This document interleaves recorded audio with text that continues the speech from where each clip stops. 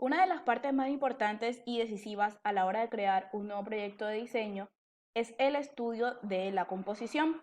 Esto es la disposición de los distintos elementos dentro del espacio visual de manera equilibrada y ordenada con el fin de transmitir un mensaje al público objetivo. El éxito de un proyecto gráfico está fundamentalmente en que una composición sea capaz de transmitir una idea de manera sencilla y directa. Hay que tener claro desde el primer momento qué elementos se van a incluir y de qué manera los vamos a combinar para crear una estructura que sea armónica. Dentro de la composición entran en juego aspectos como el tamaño, las texturas, los colores, los pesos, etc. Y cada uno de estos elementos debe estar en concordancia y dispuestos de una forma que sea equilibrada. Crear una composición es básicamente jugar con todos los elementos que tenemos.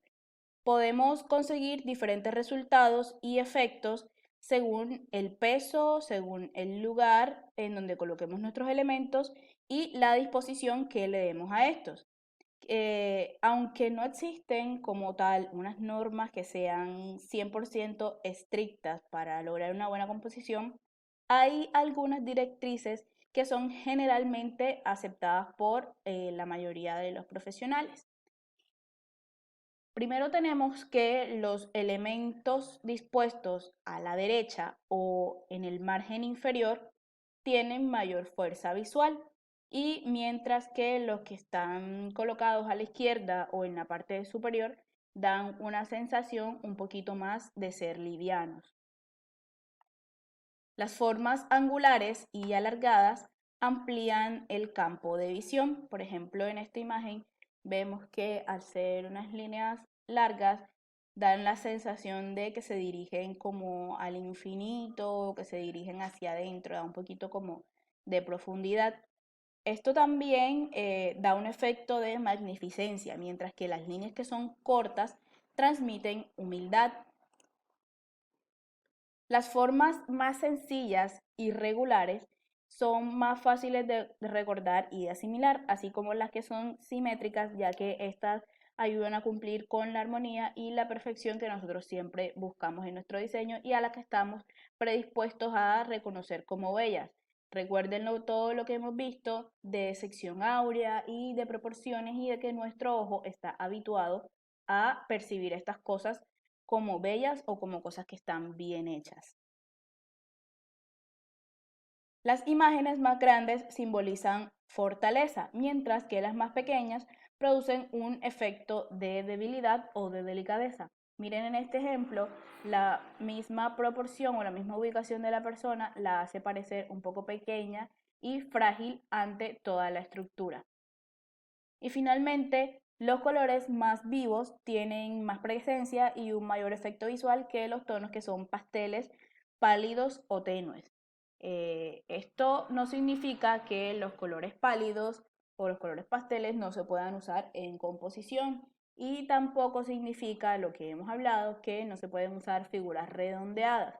Estos, como les dije al principio, son cosas que han sido aceptadas, pero en diseño ustedes se van a dar cuenta a medida que vayan aprendiendo más cosas, que en diseño todas estas reglas se pueden romper sin necesidad de tener que comprometer el mensaje que queremos transmitir, sino todo lo contrario. Estas cosas a veces se rompen para reforzar precisamente los mensajes que vamos a transmitirle a nuestro consumidor. Cada uno de los elementos de una composición tiene su importancia propia, pero de nada vale estudiar cada elemento por separado si luego en conjunto estos no van a transmitir nada, o la composición va a resultar vacía, descompensada o fría. Es por eso que el verdadero trabajo no está en aplicar siempre como las normas anteriores, lo que les mencionaba hace un momento, sino en tenerlas en cuenta a la hora de jugar con los diferentes elementos dentro del plano. De todas maneras, es importante crear una imagen que llame atención al espectador, que sea comprensible y que cumpla con su función principal, que es la de transmitir con éxito un mensaje que ya se ha acordado previamente.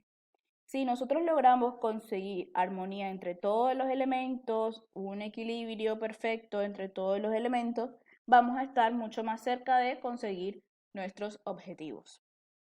La diagramación, también llamada a veces maquetación, es un oficio del diseño editorial más que todo, que se encarga de organizar en un espacio algunos contenidos escritos y visuales y en algunos casos audiovisuales para el tema de las multimedias. También esto se aplica para medios impresos y electrónicos como libros, diarios, revistas, flyers, carteles, etc. A manera personal, y esto no es como una definición que pues se encontraría generalmente en los libros de diseño. Para mí, diagramar y maquetar son, digamos que dos cosas que son similares, pero en algunos casos diferentes. Bajo mi concepto, y vuelvo y les repito, esto no es un concepto definitivo, es un concepto muy propio. Diagramar es cuando ya nosotros montamos todo nuestro contenido en nuestra maqueta. Ya, y la maqueta vendría a ser más que todo como el esqueleto de toda nuestra publicación. Ya eso lo veremos en la clase siguiente cuando hablemos de retículo.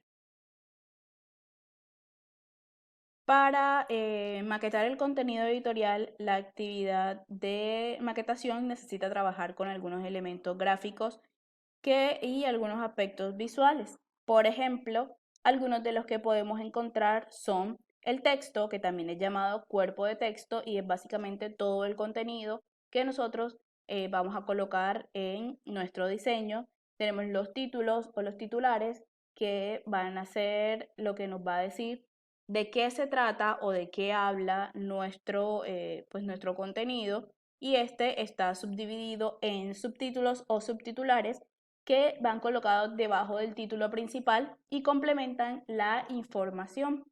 El antetítulo o antetitular, que se coloca encima, los intertítulos o quiebras, que van en el medio del texto para así seccionarlo y facilitar la comprensión, y los destacados u ojos, que son elementos que son colocados dentro de todo el cuerpo de texto y se utilizan más que todo en entrevistas y sirven, como su nombre lo dice, para destacar.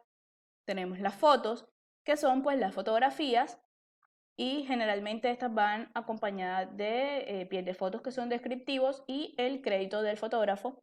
Tenemos los artes, que en maquetación se le llama arte a cualquier ilustración que es producida para complementar visualmente la información del texto. Esto pueden ser infografías, dibujos, mapas, gráficos estadísticos, esquemas visuales, etc. Tenemos también los encabezados y pies de página, que van al comienzo y al final de una página. Y tenemos los espaciamientos, que son los interlineados que tenemos entre el bloque de texto y entre cada uno de los elementos que tenemos en nuestra composición. Y finalmente tenemos la tipología, que es la variedad de las fuentes tipográficas que estamos utilizando en nuestro diseño.